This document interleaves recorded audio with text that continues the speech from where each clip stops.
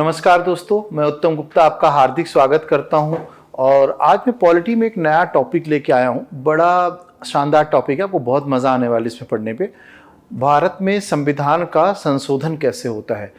ये एक लंबा वीडियो हो सकता है हमारा, और इसमें मैं आपको समझाऊंगा पहले कि संविधान संशोधन कितने प्रकार का होता है, संविधान का संशोधन किया क्यों जाता है, संविधान संशोधन की प्रक्रिया क्या है। इन सब चीज़ों को हम समझेंगे। किस अनुच्छेद के तहत संविधान का संशोधन होता है, भारत ने ये संविधान संशोधन की प्रक्रिया है किस देश से लिया है, संविधान के किस भाग में इसको रखा गया है। इन सब चीज़ों की चर्चा को हम करेंगे। और ये क्वेश्चन जो है हमारा प्रीलिम्स और मेंस दोनों के पॉइंट ऑफ व्यू से बहुत इंपॉर्टेंट रहेगा। तो जैसा कि दिखा, टाइटल लिखा हुआ भारत में संविधान संशोधन, तो ध्यान रखना है कि भारत में जो संविधान का संशोधन किया जाता है, भाग 20 के तहत आर्टिकल 368 को जो लिया गया है, उस आर्टिकल 368 के तहत जो है संविधान का संशोधन किया जाता है। ठीक है, ये ध्यान रखना। अब यहाँ तक तो ये बिल्कुल फैक्ट है, 368 के तहत हम लोग संविधान का संशोधन करते हैं। भारत में जो संविधान संशोधन करने की शक्ति है वह सिर्फ भारत की संसद को प्राप्त है। मतलब कहने का क्या तात्पर्य है, राज्य जो है संविधान संशोधन करने की पहल नहीं कर सकते हैं। कुछ संशोधन में निश्चित रूप से राज्यों की भागीदारी रहती है, लेकिन राज्यों को कभी भी पहल करने की शक्ति प्रदान नहीं की गई है। ये वाला जो प्रावधान है कि राज्यों को संशोधन करने की पहल शक्ति नहीं दी गई है, वह बिल्कुल अमेरिका के संविधान के विपरीत है।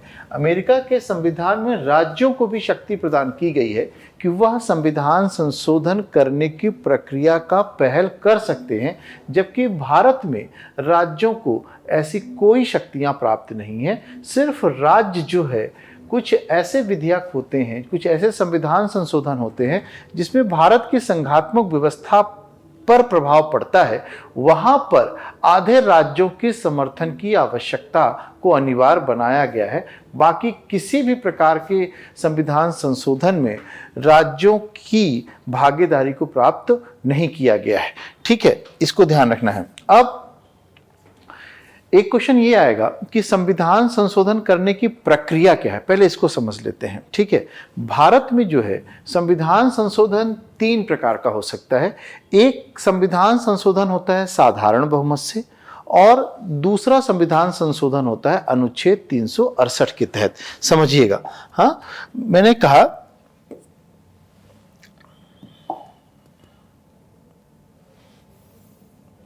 अगर हम संविधान संशोधन को देखें भारत में, तो 2 तरह से हम यहाँ पे एक चार्ट बना लेते हैं। एक हमारा होने वाला है सामान्य बहुमत से, और दूसरा जो आने वाला है अनुच्छेद 368 के तहत। अब अनुच्छेद 368 के तहत को भी हम 2 भागों में बांटेंगे। एक आएगा हमारा विशेष बहुमत और स्पेशल मेजॉरिटी, और दूसरा आएगा विशेष बहुमत प्लस आधे राज्यों का समर्थन, आधे राज्यों का समर्थन। तो आप देखिए, अब हम लोग जो भारत के संविधान में देखते हैं 102वां संविधान संशोधन, 103, 1 से लेकर जो नंबरिंग आती है, वो सिर्फ ऐसे संविधान संशोधन को प्रदान की जाती है जो आर्टिकल 368 के तहत होते हैं। अर्थात सामान्य बहुमत से जो भी संविधान संशोधन किए जाएंगे उनको जो है हम कोई नंबरिंग प्रदान नहीं करते हैं। ठीक है, यहाँ पर 2-3 टर्मिनोलॉजी बड़ी महत्वपूर्ण है। एक तो सामान्य बहुमत क्या होता है, और दूसरा विशेष बहुमत क्या होता है, और तीसरा विशेष बहुमत प्लस आधे राज्यों का समर्थन क्या होता है।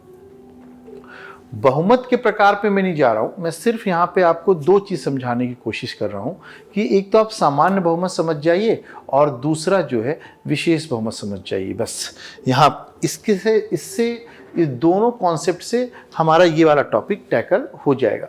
तो अगर हम देखें सामान्य बहुमत की बात, तो हम थोड़ी देर के लिए चलिए लोकसभा का ही एग्जाम्पल ले सकते हैं। अगर ले लेते हैं तो लोकसभा में, ठीक है, मैक्सिमम कितने हो सकते हैं, 543 वर्तमान में, क्योंकि अब जो है एंग्लो इंडिया का प्रावधान खत्म हो गया है। मान लीजिए कि आज दिनांक को वोटिंग है और 400 लोगों ने प्रेजेंट रहे और 400 लोगों ने कहा कि मैं वोटिंग में ये भाग ले रहे हैं, तो साधारण बहुमत के लिए ये होगा कि 400/2 + 1 = T201। अगर 201 लोगों ने इसके फेवर में वोटिंग कर दी तो यह साधारण बहुमत कहलाता है। मतलब सदन का जो टोटल स्ट्रेंथ है उसकी कोई आवश्यकता यहाँ पर, उसका कोई मायने नहीं है। मायने ये है उस दिन कितने लोग उपस्थित हैं। यहाँ पे 500 लोग भी उपस्थित हो सकते हैं, 543 भी उपस्थित हो सकते हैं, कोई भी नंबर हो सकती है। आपको पता ही है कि संसद की कोरम चलाने के लिए 1/10 तो मिनिमम चाहिए, उससे कम तो आएगा नहीं कोई, तो मिनिमम तो 55 मेंबर आएंगे हाउस पर। लेकिन यहाँ पर जो साधारण बहुमत आ रहा है, अगर हम साधारण बहुमत को सिंपल भाषा में कहें तो जितने लोग वोटिंग में भाग ले रहे हैं उसका बहुमत। तो बहुमत कैसे निकालेंगे? हम इमेजिन कर लेते हैं, ऐसा इमेज कर लेते हैं कि 400 लोगों ने डिसाइड किया वोटिंग में भाग लेने के लिए, तो 400/2 + 1 = 201। ये कहला गया हमारा साधारण बहुमत। ठीक है, पहला कंडीशन समझ गए। अब आते हैं विशेष बहुमत की ओर। विशेष बहुमत क्या होता है? विशेष बहुमत में 2 कंडीशन पूरी करनी पड़ेगी, है ना। तो विशेष बहुमत में हम लोग 2 कंडीशन को पूरी करेंगे। ठीक है, तो ये इसको हटा देते हैं थोड़ी देर के लिए, आते हैं अपन विशेष बहुमत की ओर। तो विशेष बहुमत में हम 2 कंडीशन को पूरा करेंगे। पहली कंडीशन क्या रहेगी? 2 कंडीशन रहेगी। एक तो जो सदन की कुल सदस्य संख्या है उसका 50% + 1 रिक्वायरमेंट रहेगा, और दूसरी कंडीशन क्या रहेगी कि कितने लोग वोटिंग में भाग ले रहे हैं। हम 400 वाले का एग्जांपल ले लेते हैं। तो मान लीजिए 400 लोग वोटिंग में भाग ले रहे हैं, इसका 2/3 बराबर 800/3 = 3 दूना 6, 3 छंग 18, 3 छंग 18 dot 3 छंग 18, that is mean 267 members. और यहाँ पर देखते हैं 50% + 1 के लिए कंडीशंस क्या आएगी हमारी? 543 है बटा 2 + 1। अगर हम देखें 2 दूना 4, 2 सत्ते 14, 2 छक्का 12.5, तो हम इसको 277 मतलब 278 लोगों की रिक्वायरमेंट रहेगी। जो भी ज़्यादा कंडीशंस आ रही, मतलब आप देखिए कि 278 और ये 267, ये दोनों कंडीशंस अगर फुलफिल हो रही हैं तो इनमें से जो भी ज़्यादा होगा उसको हम मान्य कर लेंगे। तो यहाँ पर ये आ रहा है 278, यहाँ पे आ रहा है 267। तो ये वाली कंडीशन को हमको लेके चलना है, ध्यान रखिएगा। 3 दूना 6, 2 बचा, 3 छंग 18, 3 छंग 18 और आपका 267 ये आ जाएगा हमारा, और ये 278। ये कंडीशन क्यों बनाई गई है?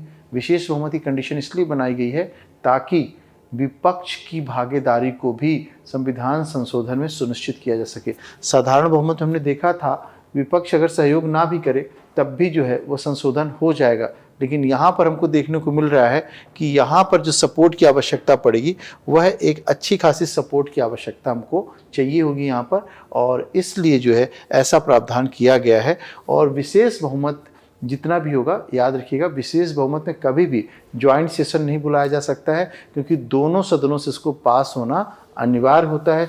सामान्यतः लोकसभा में सरकार को कोई दिक्कत नहीं होती क्योंकि मेजोरिटी है तभी सरकार बना के रखी हुई है, लेकिन राज्यसभा में बहुत बार ऐसी परिस्थितियां बनती हैं कि जब सरकार का बहुमत नहीं होता है और वहां पर इस मेजोरिटी को प्राप्त करना सरकार के लिए एक बहुत टेढ़ी खीर होती है। कोशिश क्या की गई है? संविधान का संशोधन एक अधिक से अधिक जनप्रतिनिधियों को शामिल करते हुए किया जाए। तो मैं समझ रहा हूँ कि आप लोग दोनों चीज़ को समझ गए होंगे, विशेष बहुमत क्या होता है और सामान्य बहुमत। उसमें तीसरी कंडीशन मैंने एक और लिखी है, आधे राज्यों का समर्थन। इसका मतलब है जैसे कि जीएसटी में, जब जीएसटी का संविधान संशोधन 101वां किया गया था 2016 में, उस समय आधे राज्यों के समर्थन को भी लिया गया था। ठीक है, तो ध्यान रखिएगा हमेशा ऐसे संशोधन पर ही राज्यों का समर्थन लिया जाएगा जो कि भारत की संघात्मक व्यवस्था को क्या कर रहे हैं, प्रभावित कर रहे हैं, है ना। इसीलिए जब एनजेएसी को लाया गया था और वहाँ पर भी आधे राज्यों का समर्थन प्राप्त किया गया था। ये अलग बात है कि बाद में सर्वोच्च न्यायालय ने एनजेएसी को शून्य घोषित कर दिया था, लेकिन चूंकि भारत की न्यायिक प्रणाली को वहाँ पर चेंज कर रहा था वो, इसीलिए आधे राज्यों का समर्थन लेने की वहाँ पर भी कोशिश की गई थी। ठीक है, तो ये हम ध्यान रखेंगे इसको कि ये क्या है। तो हमने देख लिया कि संविधान का संशोधन कितने प्रकार के हो रहा है। तो हमने देखा एक साधारण बहुमत से हो रहा है और एक विशेष बहुमत से हो रहा है, मतलब या तो कहे आर्टिकल 368 के तहत। आर्टिकल 368 के तहत दो तरह से संविधान का संशोधन कर सकते हैं, खाली विशेष बहुमत से भी कर सकते हैं और हम चाहें तो और दूसरा एक आएगा विशेष बहुमत प्लस आधे राज्यों के समर्थन के साथ से भी हम इसका संशोधन कर सकते हैं। अब भारत में संविधान संशोधन की प्रक्रिया क्या रहने वाली है। अगर हम प्रक्रिया का निर्धारण करें, यहाँ पर देखें तो देखिए, ये संविधान संशोधन की प्रक्रिया संसद के किसी भी सदन से शुरू हो सकती है। पहला पॉइंट तो ये हो गया कि यह संसद के किसी भी सदन से शुरू हो सकती है। ठीक है, संसद के किसी भी सदन से शुरू हो सकती है। तो पहली बात तो ये हो गई। दूसरी बात कि दोनों सदन जो हैं इसको विशेष बहुमत से पारित करेंगे, अलग अलग विशेष बहुमत से पारित करेंगे। ठीक है, तीसरी बात, दोनों सदन पारित करेंगे अलग अलग। इसमें कभी भी संयुक्त अधिवेशन नहीं बुलाया जाएगा, संयुक्त अधिवेशन नहीं बुलाया जा सकता है। ठीक है, और चौथी बात, जब ये राष्ट्रपति के पास जाएगा तो राष्ट्रपति जो है अनिवार्य रूप से, है ना, ध्यान रखिए एक शब्द लिख रहा हूँ, अनिवार्य रूप से अपनी सहमति देगा, अर्थात इसको ना तो पुनर्विचार के लिए लौटाएगा और ना ही वह अपने पास होल्ड करेगा। जो भी संविधान संशोधन बिल रहेंगे उस पर वह अपनी अनिवार्य रूप से सहमति देगा। क्या ये वाला पॉइंट मूल संविधान में था? बिल्कुल नहीं था। ध्यान रखिएगा, इस पॉइंट को जोड़ा गया 24वें संविधान संशोधन 1971 के तहत। कब जोड़ा गया? 24वें संविधान संशोधन 1971 से ये प्रावधान किया गया, राष्ट्रपति को बाध्य बना दिया गया कि आर्टिकल 368 के तहत जो भी संविधान संशोधन होंगे उन सभी संशोधनों पर भारत का राष्ट्रपति अपनी सहमति अनिवार्य रूप से देगा। अर्थात इन बिलों पर, ऐसे बिलों पर भारत का राष्ट्रपति ना तो पुनर्विचार के लिए लौटाएगा और ना ही अपने पास वह जेवी वीटो का प्रयोग करेगा। ठीक है, तो ये ध्यान रखिएगा, ये संसद की प्रक्रिया हो गई, कैसे कैसे प्रक्रिया होनी है। अगर मान लीजिए कोई बिल ऐसा है जो भारत की संघात्मक व्यवस्था को प्रभावित कर रहा है, तो ये दोनों चरण जब लोकसभा राज्यसभा पारित करेंगे, उसके साथ ही सभी राज्यों को भेजा जाएगा जिनमें से कम आधे राज्यों के द्वारा यदि समर्थन में वोटिंग कर दी गई। अब है ना, राज्य अगर समर्थन में वोटिंग कर देते हैं तो यह पूरा का पूरा संशोधन जो है, संविधान का संशोधन मान लिया जाएगा। ठीक है, अब आपके मन में आ रहा होगा कि साधारण बहुमत से संविधान के कौन से पार्ट का संशोधन किया जा सकता है ना, तो यहाँ पे देखते हैं हम लोग। ठीक है, साधारण बहुमत से किसका हम लोग संशोधन कर सकते हैं, और ऐसे संशोधन को संविधान में कोई नंबरिंग भी नहीं दी जाती है। कुछ चीज़ों को देखते हैं जरा, क्या क्या कर सकते हैं। अगर आर्टिकल 2 और आर्टिकल 3 के तहत जो भी कार्य किया गया है उसको करने के लिए सिर्फ साधारण बहुमत की आवश्यकता पड़ेगी, और स्पष्ट रूप से आर्टिकल 4 में लिख दिया गया है 2 और 3 के तहत जो भी कार्य किए जाएंगे उसको संविधान का संशोधन नहीं समझा जाएगा। और इसकी व्याख्या करते हैं, अनुच्छेद 2 में क्या कहता है? अनुच्छेद 2 कहता है कि भारत की संसद को शक्ति प्राप्त है कि वह भारत के भौगोलिक क्षेत्र के बाहर के क्षेत्रों को अपने अंदर मिला सकता है, और ऐसे क्षेत्रों को भारत का क्षेत्र बनाने के लिए किसी प्रकार के संविधान संशोधन करने की आवश्यकता नहीं है। सिर्फ साधारण बहुमत के माध्यम से वह किसी भी नए क्षेत्र को अपने पास मिला सकता है। आर्टिकल 3 कहता है कि भारत के भीतर के राज्य है, यदि उनका नाम परिवर्तन करना है, उनका क्षेत्रफल परिवर्तन करना है या नए राज्यों का गठन करना है, तो आर्टिकल 3 के माध्यम से भारत की संसद जो है साधारण बहुमत से यह कार्य कर सकेगी। अर्थात यहाँ पर भी विशेष बहुमत की आवश्यकता नहीं है, आर्टिकल 368 का प्रयोग नहीं है। आप समझिए, भारत में किसी भी राज्यों की भौगोलिक सीमा निश्चित नहीं है, वह भारत की संसद की इच्छा पर निर्भर करता है कि वह कब उसकी सीमा को बढ़ा दे, घटा दे, उसका नाम परिवर्तन कर दे। ये सब जो है आर्टिकल 3 के तहत किया जाता है और इसके लिए सिर्फ मात्र साधारण बहुमत की आवश्यकता पड़ती है। इसी तरह तीसरा काम देखना, अगर भारत में नागरिकता से संबंधित कोई काम करना है, नागरिकता से संबंधित कोई कानून बनाना है, भारत में अभी नागरिकता संबंधित कानून कौन सा है, तो आपको पता है 1955 भारतीय नागरिकता अधिनियम के तहत ही भारत में नागरिकता को रेगुलेट किया जाता है और बार बार इसी मूल कानून पर, जिसको संसद ने बनाया था 1955 में, लगातार संशोधन किया जा रहा है।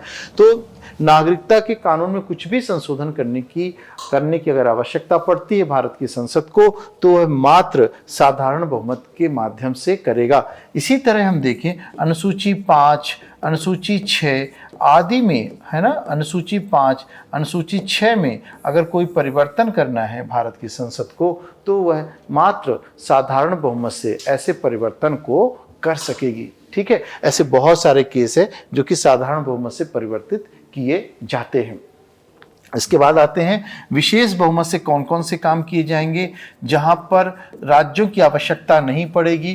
तो ध्यान रखिएगा, विशेष बहुमत में जो है ये ध्यान हमें रखना है कि जैसे मान लीजिए फंडामेंटल राइट्स पर कुछ चेंजेस करना है या डीपीएसपी पर चेंजेस करना है, तो यहाँ पर जो है, यहाँ पर भारत की संसद विशेष बहुमत के साथ आएगी। विशेष बहुमत के साथ ही इन चीज़ों पर परिवर्तन कर सकती है। डीपीएसपी में परिवर्तन करना हो या फंडामेंटल राइट में परिवर्तन करना हो, तो भारत की संसद को विशेष बहुमत की आवश्यकता पड़ेगी। अब आते हैं तीसरे केस पर, जहां पर हम लोग ये देखेंगे कहां पर भारत की संसद को विशेष बहुमत के साथ साथ आधे राज्यों के समर्थन की आवश्यकता, किस प्रकार के पास विधेयक की पड़ेगी, किस प्रकार के विधेयक होंगे, ऐसे विधेयक होंगे जो भारत की संघात्मक व्यवस्था को, किसको, जो भारत की संघात्मक व्यवस्था को परिवर्तित कर रहे हैं। अगर ऐसा कोई विधेयक है, वहां पर जो है वो बिल जो है राज्यों के पास भी भेजा जाएगा। और ऐसे बिल को हम कैसे मान सकते हैं, जैसे कि मान लीजिए जीएसटी जो आया, या मान लीजिए राष्ट्रपति के निर्वाचन में कुछ परिवर्तन करना है, तो यहाँ पर भी हम बिल को भेजेंगे। सर्वोच्च न्यायालय से संबंधित कुछ अगर काम आएंगे तो वहाँ पर भी हम लोग इस बिल को भेजेंगे। आपको पता ही है, जैसे एनजेएसी को लेके आए थे, तो इन सभी कानूनों को जो है राज्यों के समर्थन की आवश्यकता पड़ेगी। क्यों ऐसा किया गया है, क्योंकि भारत जो है राज्यों का संघ है, और चूंकि जब राज्यों के हित प्रभावित हो रहे हैं तो वहाँ पर राज्यों से भी उनका भी अनुमोदन प्राप्त किया जाता है। लेकिन यहाँ पे ध्यान देने की बात है, प्रत्येक राज्य की आवश्यकता नहीं है। आधे राज्यों का अगर समर्थन मिल गया तो यह संविधान का संशोधन हो जाएगा। ठीक है, अब ये तो था भारत में संविधान संशोधन। भारत के संविधान को ना तो बहुत कठोर बनाया गया, ना ही बहुत लचीला बनाया गया। दुनिया में सबसे ज़्यादा लचीला संविधान अगर कहीं का है तो ब्रिटेन का है। उसका कारण है, ब्रिटेन का संविधान अलिखित है, अनरिटेन है, और अनरिटेन होने के कारण वहाँ पर संविधान के सभी प्रावधान साधारण बहुमत से ही संशोधित हो जाते हैं। जबकि दुनिया का सबसे कठोर संविधान अगर हम चर्चा करें तो यूएसए का है। वहाँ पर संविधान को संशोधित करने में 7 वर्ष से ज़्यादा समय लग जाता है। और आप सोचिए कि पिछले 250 सालों में अमेरिका में मात्र अभी जो संविधान संशोधन हुए हैं वो 27 के आसपास संविधान संशोधन किए गए हैं, मतलब 30 से भी कम है। और भारत को देखिए, पिछले 75 साल में हम लोग 104 संविधान संशोधन को कर चुके हैं। तो भारत का संविधान ना तो ब्रिटेन के समान अत्यधिक लचीला है और ना ही अमेरिका के समान अत्यधिक कठोर बनाया गया है। और इसलिए ऐसा किया गया है कि जो भारत के संविधान सभा के निर्माणकर्ता थे, उनका ऐसा मानना था कि परिस्थितियां जब बदलेंगी तो संविधान को भी बदलना होगा, क्योंकि संविधान समाज के लिए बनाया गया है और समाज एक परिवर्तनशील इकाई है। और इस परिवर्तनशील इकाई के संदर्भ में हमको अपने संविधान की मान्यताओं को भी बदलना पड़ेगा। और इसीलिए संविधान को बहुत अधिक रिजिड या अपरिवर्तनशील नहीं बनाया गया, बल्कि बल्कि संसद को यह अधिकार दे दिया गया कि वह विशेष बहुमत या विशेष बहुमत व आधे राज्यों के समर्थन के साथ जो है संविधान का संशोधन कर सके। और पिछले 75 साल में दुनिया के इस सबसे बड़े लिखित संविधान को यह क्रेडिट जाता है कि माना जाता है कि दुनिया में सबसे सफल संविधान भारत का रहा।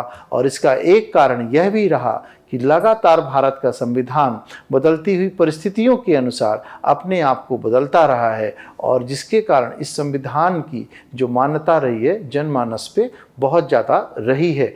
हम अगर यहीं पर तुलना करें, पाकिस्तान को देखें, हमारे साथ ही स्वतंत्र होता है, कितनी बार वहाँ का संविधान फेल हुआ, वहाँ की लोकतांत्रिक व्यवस्था जो है एक सैनिक व्यवस्था में कन्वर्ट होती गई, जबकि भारत जो है बड़े ही गौरव ढंग से, बहुत ही शांतिपूर्ण ढंग से अपने संविधान को आगे बढ़ाता गया, और भारत दुनिया के एक सबसे ज़्यादा परिपक्व लोकतंत्र के रूप में उभर रहा है। और इसका कारण जो है ये भी कहा जा सकता है कि भारत में संविधान संशोधन की प्रक्रिया को ना तो बहुत कठोर बनाया गया है और ना ही बहुत लचीला बनाया गया है।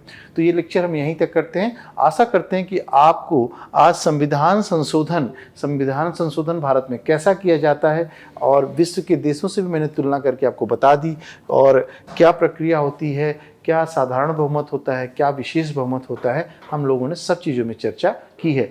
अगली बार हम एक पॉलिटी का कोई अलग से लेक्चर लेके आएंगे आपके लिए, और बताइएगा ज़रूर आपको लेक्चर्स कैसे लग रहे हैं। डाउट्स आपके जो भी हों आप पूछ सकते हैं। Thank you very much.